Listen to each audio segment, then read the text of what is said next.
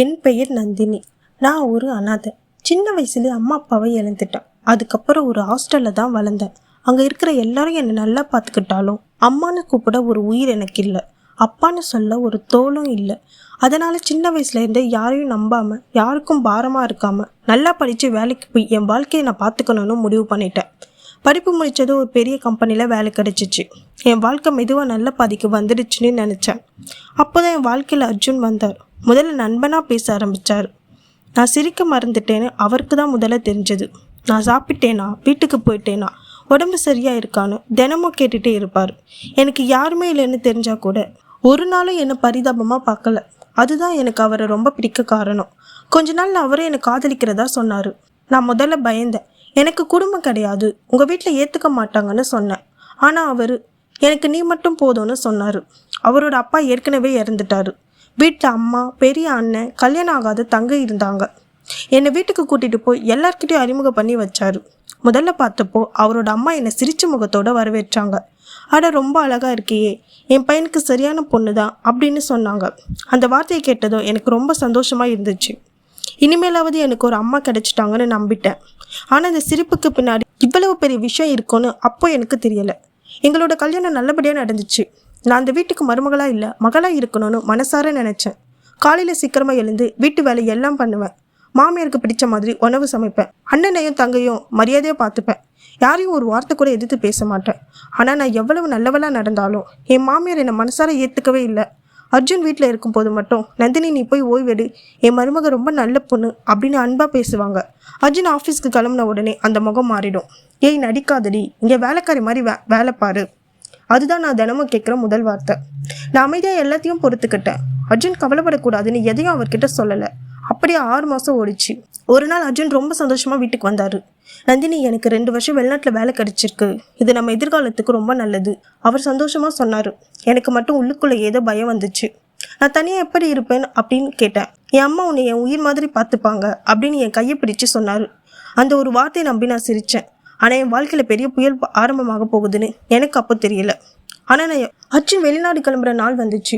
என்னை கட்டிப்பிடிச்சு, நந்தினி 2 வருஷம் சீக்கிரமாக ஓடிடும், அம்மாவை பார்த்துக்கோ, உன்னைய பார்த்துக்கோ, நான் தினமும் பேசுகிறேன்னு சொல்லிட்டு கிளம்பிட்டாரு. அவர் போன காரையை பார்த்துட்டு நான் அழுதுட்டு நின்றுட்டு இருந்தேன்.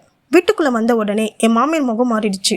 போதும், நாடகம் முடிஞ்சுதா, இனிமேல் உன் நடிப்பு என்கிட்ட பலிக்காது. நான் அதிர்ச்சி அவங்கள பார்த்தேன். அத்தை என்னாச்சு? என்னடி அத்தை, நான் உனக்கு அத்தையா? அனாதைங்கிறதுக்காக என் பையன் வாழ்க்கையை கெடுத்துட்டேன். அந்த வார்த்தையை என் மனசு குத்துன மாதிரி இருந்துச்சு. அதுக்கப்புறம் தினமும் ஒரு கொடுமை. காலையில் 4 மணிக்கே எழுந்து எல்லா வேலையும் நான் தான் செய்யணும். சாப்பாடு எல்லாரும் சாப்பிட்ட பிறகு தான் எனக்கு. சில நாள் சாப்பாடே இல்லாமல் படுத்திருக்கேன். நான் சோர்வாக இருந்தால் கூட வேலை செய்ய வந்தவ மாதிரி வேலை பாரு அப்படின்னு திட்டுவாங்க. அர்ஜுன் வீடியோ கால் பண்ணும்போது மட்டும் என்னை பக்கத்தில் உட்கார வச்சு என் மருமகளை நான் என் பொண்ணு மாதிரி பார்த்துக்கிறேன்னு அப்படின்னு நடிப்பாங்க. நான் உண்மையை சொல்ல வாயை திறந்தா கூட அவங்க பின்னாடி நின்று மிரட்டுவாங்க. ஒரு வார்த்தை சொன்னால் உன் வாழ்க்கையை நாசம் பண்ணிடுவேன். அர்ஜுன் என்னை நம்புறாரு. அந்த நம்பிக்கையை உடைக்க விரும்பலை. அதனால எல்லாத்தையும் மனசுக்குள்ளே புதைச்சிக்கிட்டேன். ஒரு நாள் ஆஃபீஸ்க்கு கிளம்ப ரெடியானேன். அப்போ மாமியார் என் பையை பிடுங்கி, இனிமேல் நீ வேலைக்கு போகக்கூடாது. ஏன் அத்தை, என் சம்பளம் வீட்டுக்கு தானே பயன்படுது. எங்களுக்கு உன் சம்பளம் தேவையில்லை. வெளியே போய் யாரையெல்லாம் சந்திக்கணுமோ அதுக்கு தானே வேலைக்கு வேணும். அந்த வார்த்தை கேட்டதும் என் கண்களில் கண்ணீர் வந்துச்சு. நான் அப்படிப்பட்ட பொண்ணு இல்லை, அதை நாங்கள் நம்பணுமா? அதனால என் வேலையை விட வச்சுட்டாங்க.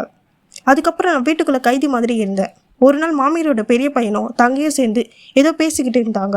நான் போனது அமைதியாயிட்டாங்க. அவங்க ஏதோ திட்டம் போடுறாங்கன்னு எனக்கு புரிஞ்சிச்சு. அடுத்த நாள் மதியம் வீட்டுக்கு ஒரு தெரியாத ஆள் வந்தார். அவரை பார்த்ததே இல்லை. ஆனால் மாமியார் சத்தமாக கத்த ஆரம்பித்தாங்க. அடி பாவி, என் பையன் வெளிநாட்டில் இருக்கிறதுக்குள்ள காதலனை வீட்டுக்கு கூட்டிகிட்டு வந்துட்டியா? நான் அதிர்ச்சியில் நின்னேன். யார் இவர்? எனக்கு தெரியாது. அந்த ஆளும் பணம் வாங்கி வந்த மாதிரி, நந்தினி எனக்கு தெரியாத மாதிரி நடிக்காத அப்படின்னு சொன்னான். நான் பயந்துட்டேன். நான் இவரை பார்த்ததே இல்லை. என் மாமியார் என் பேச்சு கேட்கல. என்னை எல்லாரும் முன்னாடி அவமானப்படுத்த ஆரம்பித்தாங்க. அக்கம் பக்கத்தில் இருந்தவங்களையும் கூட்டி இதுதான் என் மருமகளோட யோக்கியம் அப்படின்னு கத்துனாங்க. எவ்வளவு சொல்லியும் யாரும் என்ன நம்பலை. அந்த நிமிஷத்தில் எனக்கு இந்த உலகத்தில் நான் மறுபடியும் அனாதையை நிற்கிறேன்னு தோணுச்சு. அப்புறம் என் மாமியார் ஒரு சூட்கேஸை எடுத்து என் துணிகளை அதில் தூக்கி போட்டாங்க.